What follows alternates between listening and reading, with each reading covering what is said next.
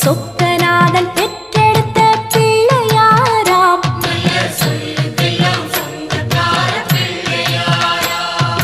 கைலாய மலைய விட்டு தெற்கே வந்தாராம். இந்த பிள்ளையாரு பட்டி கண்டு இருந்து விட்டாராம்.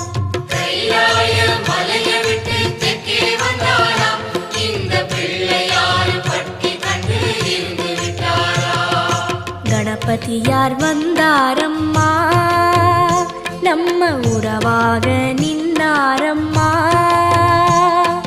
கணபதியார் வந்தாரம்மா, நம்ம உறவாக நின்னாரம்மா. சொக்க